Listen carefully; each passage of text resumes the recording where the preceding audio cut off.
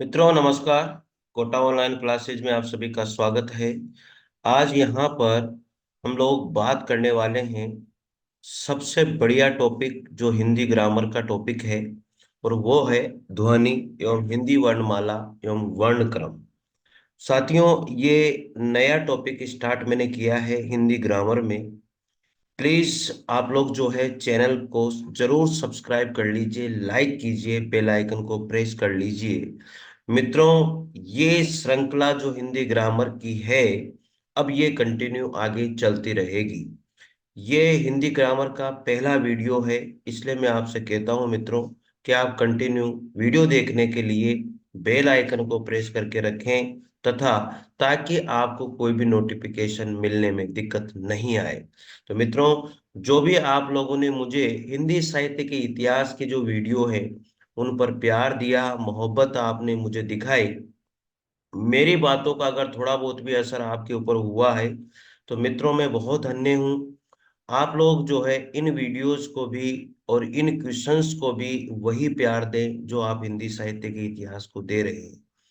तो ये क्वेश्चन आप लोगों के लिए बहुत बढ़िया होंगे। साथियों, मैं आप लोगों से एक बात पूछना चाहता हूँ कि एक हिंदी साहित्य का संक्षिप्त इतिहास की बुक आती है 11th 12th के लिए, मैं उसे शुरू करना चाहता हूँ। अगर आप चाहते हो कि वो शुरू की जाए या उसे यहाँ पढ़ाया जाए, तो मित्रों मैं आपसे रिक्वेस्ट करता हूँ कि आप जरूर कमेंट करके बताइए क्या उसे शुरू करें। ठीक है मित्रों, चलो शुरू करते हैं। चैनल को जरूर सब्सक्राइब कर लेना मित्रों, ठीक है। देखिएगा, पहला प्रश्न है, भाषा की सबसे छोटी इकाई को क्या कहा जाता है। मैं कोई ऑप्शन नहीं पढ़ूंगा, आपका टाइम खराब इसमें बिल्कुल भी नहीं करूंगा। तो भाषा की सबसे छोटी जो इकाई है उसे क्या कहा जाता है। तो भाषा की सबसे छोटी इकाई को जो है मित्रों क्या कहते हैं, आप सबको पता है क्या कहा जाता है, वर्ण कहा जाता है। ठीक है ना, क्या कहा जाता है, वर्ण कहा जाता है। तो इसलिए आप लोग जो है थोड़ा सा ये भी ध्यान दीजिए। अब यहाँ बात करेंगे, भाषा के सबसे छोटी इकाई कौन सी है, वर्ण है। वर्ण दो भागों में बांटा गया है, एक स्वर में और एक व्यंजन में। हिंदी वर्णमाला में कुल कितने, 52 वर्ण है, जिनमें स्वरों की संख्या 11 है और व्यंजनों की संख्या 41 है। मित्रों, ये क्वेश्चन अनेक बार पूछा गया है, आता भी है। साथियों, आपको अच्छे लगेंगे, मैं दावा करता हूं ये प्रश्न। सेकंड प्रश्न है, भाषा की सार्थक लघुत्तम इकाई, भाषा की सार्थक लघुत्तम इकाई कौन सी है। तो साथियों, प्रश्न पूछने का तरीका अलग अलग है। देखो आप, भाषा की सबसे छोटी इकाई कौन सी है, सबसे छोटी इकाई कौन सी है, वर्ण है। फिर अगला प्रश्न इन्होंने पूछा है कि भाषा की सार्थक, जिसमें अर्थ है, जिसमें क्या है, अर्थ है, वो इकाई कौन सी है। तो देखो, वर्ण का कोई अर्थ नहीं होता, लेकिन शब्द में अर्थ होता है। ठीक है ना। तो भाषा की जो सार्थक इकाई है वो कौन सी है, शब्द हो जाएगी। भाषा की सार्थक लघुत्तम इकाई शब्द को माना जाता है। उच्चारण की दृष्टि से भाषा की लघुत्तम इकाई ध्वनि को माना जाता है। अगर ये उच्चारण की दृष्टि से बात करता है तो हम लोग ध्वनि लगा देते। ध्वनियों के मेल से शब्द बनते हैं, लेकिन शब्द बनाने के लिए इन्हें सार्थक या अर्थबोधक की क्षमता से युक्त होना चाहिए। ध्वनि सार्थक ही हो ये जरूरी नहीं है। जैसे अ, क, प, त इत्यादि, ये ध्वनियां हैं लेकिन सार्थक नहीं है।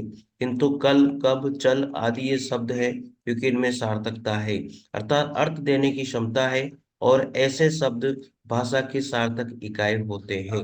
मित्रों, बहुत प्यारे शब्द हैं। आप लोग प्लीज इनको बहुत अच्छी तरह से एक एक वर्ड को रीड करेंगे तो शायद यहाँ पर आपको हर प्रकार का क्वेश्चन मिल जाएगा।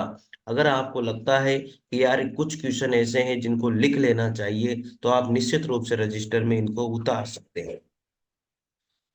भाषा की मूल इकाई क्या होती है।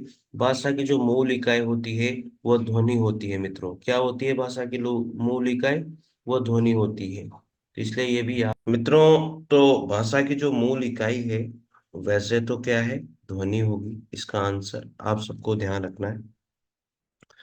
भाषा की सबसे छोटी और मूल इकाई का अगर क्वेश्चन आता है, सबसे छोटी पूछा जाए या मूल इकाई पूछे, तो ध्वनि रहेगी। ठीक है। भाषा की जो सार्थक इकाई है साथियों, वो वाक्य है। क्या रहेगा? अगर भाषा की सबसे छोटी और मूल इकाई पूछी जाए तो ध्वनि है, और भाषा की सार्थक इकाई पूछी जाए तो वाक्य है, और वाक्य से छोटी जो इकाई है उसे हम लोग उपवाक्य कहते हैं, और उपवाक्य से छोटी जो इकाई है उसे हम लोग पदबंध कहते हैं मित्रों। पदबंध से छोटी जो इकाई है उसे हम लोग पद कहते हैं, अर्थात शब्द कहते हैं। पद से छोटी इकाई अक्षर है, और अक्षर से छोटी इकाई ध्वनि होती है। तो मित्रों, ये बहुत बढ़िया बात आपको यहाँ पर बता दी है। राम शब्द में दो अक्षर है, रा और म, एवं चार वर्ण हैं, र, आ, म और अ। तो ये बात भी आप लोगों को ध्यान रखनी है। ठीक है। अगला प्रश्न आता है, देखिएगा। फोर्थ नंबर का प्रश्न है, वर्णों के कितने भेद हैं? तो मित्रों, वर्णों के कितने भेद होते हैं? वर्णों के दो ही भेद होते हैं। एक भेद स्वर होता है और दूसरा भेद व्यंजन होता है। हिंदी भाषा की कुल वर्ण लिपियां कितनी होती हैं? तो साथियों, मैंने अभी अभी आपको बताया था, हिंदी भाषा की कुल वर्ण लिपियां जो है 52 होती है। ठीक है। अब इनको यहाँ पर एक्सप्लेन किया गया है। जो 52 लिपियां हैं पूरी की पूरी, हिंदी भाषा की पूरी 52 लिपियां। देखो, स्वर कितने होते हैं? 11। तो ये पूरे के पूरे क्या है? ये स्वर है। ये कितने हैं? 11 स्वर हैं। आगे है फिर व्यंजन। तो क वर्ग पूरा कंठस्थ होता है, च वर्ग तालव्य होता है, ट वर्ग मूर्धन्य होता है, त वर्ग दंत्य होता है, प वर्ग होष्ठ्य होता है। जैसे, अब इनके अंदर जो है पांच पांच वर्ण होते हैं, तो ये पांच पांच वर्ण हो गए। टोटल कितने वर्ण हो गए? यहाँ तक 25 वर्ण हो गए। इनको हम लोग स्पर्श वर्ण भी कहते हैं। क्या कहते हैं? इनको हम लोग स्पर्श वर्ण भी कहते हैं। इस बात का भी आप लोग ध्यान रखिएगा। अंतस्थ वर्ण है यर लव, ये चार होते हैं अंतस्थ वर्ण। उष्म वर्ण श श श ह, तो ये भी चार होते हैं। इसके बाद में संयुक्त वर्ण है शत्र ज्ञ श्र, ये चार हैं। अयोगवा वर्ण दो होते हैं, अंगः अह, ये दो होते हैं। द्विगुण व्यंजन ड ड, ये भी दो होते हैं। तो इस तरह से कुल वर्णों की संख्या यहाँ पर कितनी हो जाएगी? 52 हो जाएगी मित्रों। तो याद हो जाएगा, कोई दिक्कत नहीं है। अगला प्रश्न है 6 नंबर का, लिपि चिन्हों के क्रमबद्ध समूह को क्या कहा जाता है? लिपि चिन्हों के क्रमबद्ध समूह को वर्णमाला कहा जाता है। ठीक है। अब देखिए, यहाँ पर बात आती है स्वर वर्ण, परिभाषा, भेद और उनकी संख्या कितनी है। अब यहाँ पर पर्टिकुलर अलग से टॉपिक है स्वर वर्ण। हम लोग जो वर्णमाला है उसमें अलग अलग भागों को अलग अलग तरीके से पढ़ेंगे। तो कौन स्वर नहीं है? तो मित्रों, इनमें से कौन सा स्वर नहीं है? ब, इनमें कोई स्वर नहीं है। ब स्वर नहीं है, यह एक स्पर्श व्यंजन है। यह प वर्ग का तृतीय वर्ण है, जिसका उच्चारण स्थान क्या होता है? होस्ट होता है। ठीक है। अगला प्रश्न आता है मित्रों, इनमें से री क्या है?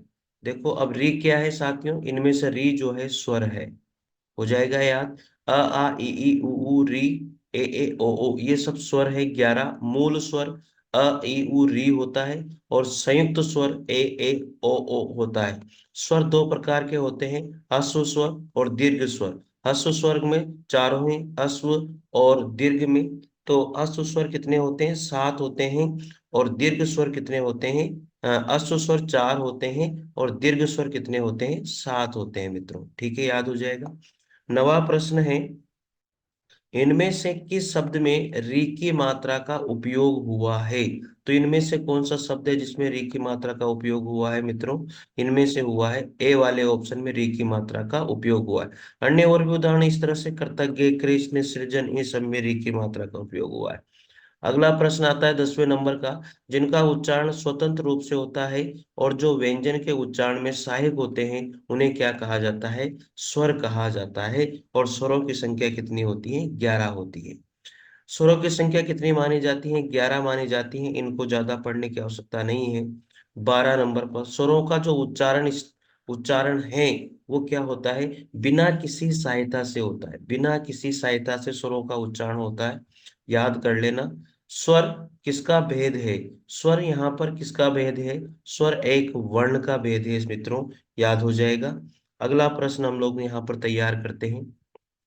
देखिएगा अगला प्रश्न है, अ, ये 13 प्रश्न हो गए, 14 नंबर के प्रश्न से हम लोग करेंगे। अब आते हैं मात्रा के आधार पर स्वर। तो 14 नंबर का प्रश्न है, मात्रा के आधार पर स्वर कितने प्रकार के होते हैं? तो मात्रा के आधार पर स्वर 3 प्रकार के होते हैं। ठीक है, ह्रस्व स्वर, दीर्घ स्वर और फलुत स्वर। तो मात्रा के आधार पर स्वर कितने प्रकार के होते हैं, याद रखिएगा। ह्रस्व स्वर, दीर्घ स्वर और फलुत स्वर। ह्रस्व स्वर जो होते हैं मित्रों, वह अ, ई और री होते हैं। इनका ये एक मात्रिक स्वर भी ये कहलाते हैं। दीर्घ स्वर जो होते हैं, वो दो मात्रा का समय लेते हैं, अर्थात इन्हें दीर्घ स्वर कहते हैं। और इन्हें द्विमात्रिक स्वर भी कहते हैं।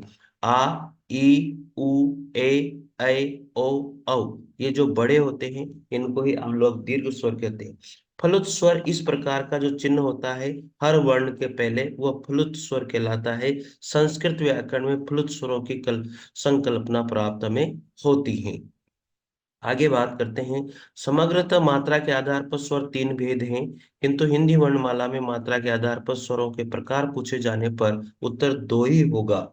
साथियों, मात्रा के आधार पर स्वरों के प्रकार 3 हैं, लेकिन अगर वर्णमाला में मात्रा के आधार पर पूछा जाए तो स्वरों के 2 ही भेद माने जाते हैं, ह्रस्व स्वर और दीर्घ स्वर, क्योंकि फलुत का जो प्रयोग है वह हिंदी व्याकरण के अंतर्गत नहीं किया जाता। अगला प्रश्न आता है 15 नंबर का, ह्रस्व, दीर्घ और फलुत किसके प्रकार हैं? तो ह्रस्व और दीर्घ जो है स्वरों के प्रकार माने जाते हैं। 16 नंबर का प्रश्न है, किस समूह में सभी स्वर दीर्घ हैं? तो ऐसा समूह कौन सा है? ए ऑप्शन राइट हो जाएगा। अगला प्रश्न है 17 नंबर का, हिंदी भाषा में ह्रस्व स्वरों की संख्या कितनी मानी जाती है? तो 4 मानी जाती है, याद हो जाएगा, कोई दिक्कत नहीं है। तो इनमें इनको पढ़ लिया था हम लोगों ने। 18 नंबर का प्रश्न है, जिन स्वरों के उच्चारण में 2 मात्रा का समय लगता है उन्हें हम लोग क्या कहते हैं? गुरु स्वर या दीर्घ स्वर उनको हम लोग कहते हैं मित्रों। ठीक है। 19 नंबर का प्रश्न है, निम्नलिखित में से कौन सा दीर्घ स्वर है? तो निम्नलिखित में से कौन सा दीर्घ स्वर है? तो यहाँ पर आ, ए, ओ। तो साथियों यहाँ पर दीर्घ स्वर कौन सा माना जाएगा? तो यहाँ पर दीर्घ स्वर आ माना जाएगा। कैसे माना जाएगा, यहाँ पर बताया गया है। दिए गए विकल्पों में आ दीर्घ स्वर है क्योंकि मूल दीर्घ स्वर आ, ई, उ होते हैं। तो ये उ तो अश्व स्वर हो गया। ए अ प्लस ई से संयुक्त स्वर हो गया। ओ प्लस अ प्लस उ से संयुक्त स्वर हो गया। इसलिए दीर्घ स्वर साथियों हम लोग एक को मानेंगे। ये थोड़ा सा प्रश्न आप देख लीजिएगा। 20 नंबर का प्रश्न है, निम्नलिखित में से कौन सा संयुक्त स्वर नहीं है? तो कौन सा संयुक्त स्वर नहीं है साथियों? ह्रस्व स्वर ये होते हैं, तो याद हो जाएगा। दीर्घ स्वर ये होते हैं और संयुक्त स्वर ये है। तो अब आप ध्यान दीजिए, संयुक्त स्वर इनमें से कौन सा नहीं है? तो ये जो है आपका, ये दीर्घ स्वर में आएगा। उ, बड़ा उ जो है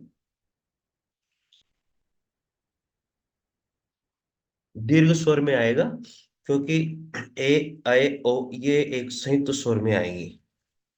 अगला प्रश्न है 21 नंबर का, किस स्वर के उच्चारण में दीर्घ स्वर से भी अधिक समय लगता है? कौन सा स्वर है जिसमें दीर्घ स्वर से भी अधिक समय लगता है? वो है फलुत स्वर। ठीक है, याद कर लेना। 22 नंबर का प्रश्न है, फलुत स्वर कौन सा है? तो जो होम लिखा जाता है यह फलुत स्वर में गिना गया है। अगला प्रश्न है, संधि या संयोग के आधार पर स्वर। कितनी बढ़िया बात है, अलग अलग टुकड़े करके अलग अलग प्रकार से प्रश्न दिए हैं। 23 नंबर का प्रश्न है, निम्नलिखित में से किस स्वर को संयुक्त स्वर माना गया है? तो इसमें डी ऑप्शन राइट है, ये संयुक्त स्वर है। आ, उ और ई ये जो है साथियों दीर्घ स्वर में गिने जाते हैं। चलिए अगला प्रश्न है 24 नंबर का, निम्नलिखित में से कौन सा मूल दीर्घ स्वर नहीं है? तो मूल दीर्घ स्वर कौन सा नहीं है? जो ओ है ये संयुक्त स्वर है, ये मूल दीर्घ स्वर में नहीं गिने जाते। अब मुख विवर खुलने के आधार पर स्वरों के भेद। देखो 25 नंबर का प्रश्न है, इनमें से संवृत स्वर कौन सा है? तो संवृत स्वर कौन सा है? ई ऑप्शन इसका राइट हो जाएगा। इनको जरूर अच्छे से आप याद कर लेना, बहुत तगड़े प्रश्न है ये। संवृत स्वर या ऊंचा स्वर ऐसी स्वर ध्वनियां होती है जिसमें बिना व्यंजन की ध्वनि बनाए जिह्वा को मुंह में जितना संभव हो सके उतना ऊंचा या तालु से समीप रखा जाता है। उदाहरण के लिए ई, बड़ा ई जो है एक संवृत स्वर है। अगला प्रश्न इसके बाद में है विवृत स्वर। विवृत स्वर यानी कि निम्न स्वर ऐसी ध्वनियां होती है जिसमें जिह्वा को मुंह में जितना संभव हो सके उतना नीचे यानी कि तालु से दूर रखा जाता है। तो आ यहाँ पर एक विवृत स्वर माना गया है। 26 नंबर का प्रश्न है, देखिएगा। हिंदी स्वरों का वर्गीकरण जब जीभ के भाग के आधार पर किया जाता है तो निम्नलिखित में से कौन सा भेद इसके अंतर्गत नहीं आएगा। तो जीभ के आधार पर अग्र और पश्च और मध्य होता है, लेकिन विवृत स्वर जो है इसमें नहीं आता, ये जीभ के आधार पर नहीं होता है। तो जो विवृत स्वर है वो जीभ के भाग के आधार पर हिंदी स्वरों के अंतर्गत नहीं आता है। जिह्वा के स्थापित होने या उसकी क्रियाशीलता के आधार पर स्वर तीन प्रकार के हैं, अग्र स्वर, पश्च स्वर, मध्य स्वर, इस तरह से। तो जो है विवृत स्वर वे स्वर है जिनके उच्चारण में मुख द्वार पूरा का पूरा खुलता है, और विवृत स्वर एक ही है, आ स्वर जो है विवृत स्वर है। मुख द्वार के खुलने के आधार पर स्वरों के चार भेद होते हैं। याद रखना साथियों, मुख द्वार के खुलने के आधार पर स्वरों के कितने भेद हैं? चार भेद है, यानी कि उच्चारण में। एक है विवृत स्वर, दूसरा है अर्ध विवृत स्वर, तीसरा है अर्ध संवृत स्वर और संवृत स्वर। अर्ध विवृत स्वर इनमें से किसको माना जाता है? एक को माना गया है। जो अय है वो अर्ध विवृत स्वर यहाँ पर माना जाएगा। ठीक है। विवृत स्वर जिन स्वरों के उच्चारण में मुख द्वार पूरा खुलता है, ये याद कर लेना आप। ठीक है। विवृत स्वर क्या होता है? जिन स्वरों के उच्चारण में पूरा मुंह खुलता है वो विवृत विवृत स्वर होता है, और ये एक ही आ। अर्ध विवृत स्वर जिन स्वरों के उच्चारण में जो मुख है वो आधा खुलता है, अ से अर्ध मतलब आधा, यानी कि जिन स्वरों के उच्चारण में मुख जो है आधा खुलता है वो अर्ध विवृत स्वर कहलाते हैं। अ, ऐ, ये दो होते हैं, लेकिन इनको भी गिना जाता है, इसलिए आप इनको भी याद कर लीजिएगा। आंग, औ। अर्ध संवृत स्वर जिन स्वरों के उच्चारण में जो मुख है वो आधा बंद रहता है। अर्ध संवृत आधा बंद रहता है, ए और ओ छोटे वाले। और संवृत स्वर जो होता है जिन स्वरों के उच्चारण में मुख द्वार लगभग बंद ही रहता है, तो ई, उ, तो ये लगभग बंद ही रहता है। ई, उ, ये संवृत स्वर होते हैं। अगला प्रश्न है, उच्चारण स्थान के आधार पर स्वर क्या होते हैं? उच्चारण स्थान के आधार पर जो स्वर हैं उसके आधार पर प्रश्न आएंगे। तो 28 नंबर का प्रश्न है, निम्नलिखित में से कौन से मूर्धन्य व्यंजन है? उच्चारण स्थान के आधार पर बात कर रहे हैं ना, तो मूर्धन्य व्यंजन ऋतु रसाणाम मूर्धा, ऋतु रसाणाम मूर्धा। तो यहाँ ड और ढ जो है ये मूर्धन्य व्यंजन हो जाएंगे। ऋतु रसाणाम मूर्धा साथियों जो है इसका एक सूत्र है, तो इसमें जो है ट वर्ग भी आएगा पूरा का पूरा, ट ठ ड ड अण, और ये श इसमें आएगा, तो ये मूर्धन्य व्यंजन बन जाएगा। 29 नंबर का प्रश्न है, निम्न में से क वर्ग का उच्चारण स्थान क्या होता है? अकह विसर्जनाम कंठे। तो साथियों यहाँ पर क वर्ग का उच्चारण स्थान क्या माना जाता है? कंठे माना जाता है। 30, इसमें देखो अब ये सारे के सारे उच्चारण स्थान दिए गए हैं स्पर्श व्यंजन के, कंठ, तालु, मूर्धा, दंत और होष्ठ। ठीक है। तो कंठ जो है साथियों, क वर्ग का उच्चारण स्थान कंठ है, च वर्ग का उच्चारण स्थान तालु है, ट वर्ग का उच्चारण स्थान मूर्धा है, त वर्ग का दंते है, प वर्ग का होष्ठ है, एर लव अंतस्थ व्यंजन होते हैं, श श श और ह उष्म व्यंजन होते हैं। 30 नंबर का प्रश्न है, यर लव साथियों क्या होते हैं? ये सबको पता है, अंतस्थ व्यंजन होते हैं। क्या होते हैं? अंतस्थ व्यंजन होते हैं। तो यर लव अंतस्थ व्यंजन है। उष्म श श श ह उष्म व्यंजन है। त वर्ग ल और श, त वर्ग और ल और स दंते होते हैं। च वर्ग और य और स जो है साथियों तालव्य व्यंजन होते हैं। 31 नंबर का प्रश्न है, किस समूह के वर्णों का उच्चारण स्थान मूर्धा होता है? ऋतु रसायन मूर्धा। तो यहाँ पर बी ऑप्शन श और री और ट वर्ग पूरा होता है साथियों, तो इसका उच्चारण स्थान मूर्धा माना गया है। याद कर लेना। ये इसका मुर्दा है तो इसका तालु है, इसका दंत है और इसका कंठ है। 32 नंबर का प्रश्न है, विसर्ग का उच्चारण स्थान क्या है? तो विसर्ग का उच्चारण स्थान यहाँ पर कंठे हो जाएगा। ठीक है भैया, याद कर लेना। आ क वर्ग और ह और विसर्ग का उच्चारण स्थान जो है कंठे होता है। उ और प वर्ग का उच्चारण स्थान ओष्ठे है। ई च वर्ग और थ और स का उच्चारण स्थान तालवे है। स्पर्शी व्यंजन के पंचम वर्ण और अंगह का उच्चारण स्थान अनुनासिक होता है। 33 नंबर का प्रश्न है, निम्नलिखित में से कौन सा वर्ण तालव्य नहीं है? तो निम्नलिखित में से कौन सा वर्ण तालव्य नहीं है? साथियों, जो क वर्ग है वो पूरा का पूरा कंठे होता है। ठीक है, अगला प्रश्न है 34 नंबर का, कंठोष्ठ दीर्घ स्वर उच्चारण स्थान क्या होता है? स्वर का वर्ण का उदाहरण कौन सा है? तो साथियों यहाँ पर बी ऑप्शन हो जाएगा, कंठोष्ठ। कंठ और ओष्ठ इसमें आता है, तो ये औ जो है कंठोष्ठ दीर्घ स्वर वर्ण हो जाएगा। बाकी सारे के सारे आपको यहाँ पर दिए गए हैं, कौन सा वर्ण का है क्या नहीं है, ये आपको ध्यान दे लेना है। अगला प्रश्न है 35 नंबर का, कंठ तालवे दीर्घ स्वर वर्ण का उच्चारण स्थान क्या होगा? तो इसमें ए ऑप्शन राइट हो जाएगा, क्योंकि दीर्घ तालवे जो है ये सॉरी कंठ तालवे, तो कंठ और तालु दोनों से बोले जाने वाले स्वरों से मिलकर के ये ए बना है, इसलिए ये कंठ तालवे हो जाएगा मित्रों। ठीक है मित्रों, ये 35 प्रश्न मैंने करवाए हैं, थोड़ी सी तबीयत लूज थी इस वजह से मैंने आज इतने ही प्रश्न करवाए। आगे में कंटिन्यू यहाँ से 36 नंबर के प्रश्न से हम लोग कंटिन्यू करेंगे, अगले वीडियो में कंटिन्यू होगा। आज के लिए थोड़ी माफी चाहूंगा यार, कम प्रश्न हुए हैं। थैंक यू मित्रों, थैंक यू।